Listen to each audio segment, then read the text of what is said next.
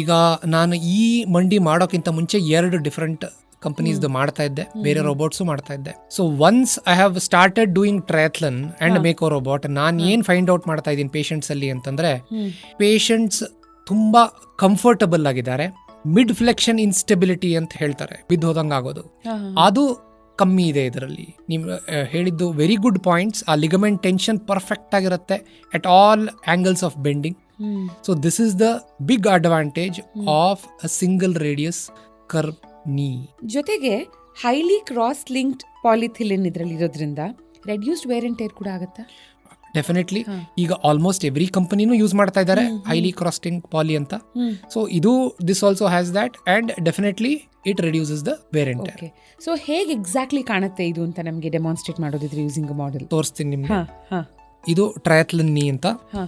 ಇದರಲ್ಲಿ ಮೇಲ್ಭಾಗ femoral component ಅಂತ ಹೇಳ್ತೀವಿ. ಇದು ತೊಡೆ ಎಲ್ಬಿಗೆ ಹಾಕೋದೊಂದು ಕ್ಯಾಪ್ ತರ ಬರುತ್ತೆ. ಇದು ಫಿಮೋರಲ್ ಕಾಂಪೊನೆಂಟ್. ಇದು ಕೊಬಾಲ್ಟ್ ಕ್ರೋಮ್ ಇಂದ ಮಾಡಲಾಗತ್ತೆ.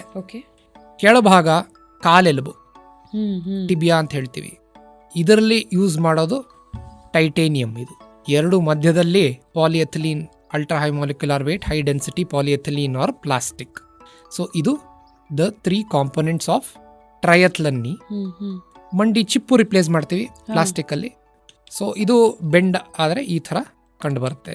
ಸೊ ಈ ಥರ ಫಂಕ್ಷನ್ ಆಗುತ್ತೆ. ಸೊ ದಿಸ್ ಲಿಗಮೆಂಟ್ ಟೆನ್ಷನ್ ಒಂದೇ ಸಮವಾಗಿರುತ್ತೆ ಎಲ್ಲ ಆಂಗಲ್ಸ್ ಅಲ್ಲೂ. So that is the biggest advantage of a Triathlon knee. Okay. So ಏನಾದರೂ ಅಲರ್ಜಿ ಇಶ್ಯೂಸ್ ಇದ್ರೆ ಇದನ್ನ ಹೊರತಾಗಿ ಬೇರೆ ಯಾವ್ದಾದ್ರು ನೀ ಇಂಪ್ಲಾಂಟ್ ನ ಬಳಸ್ತೀರಾ?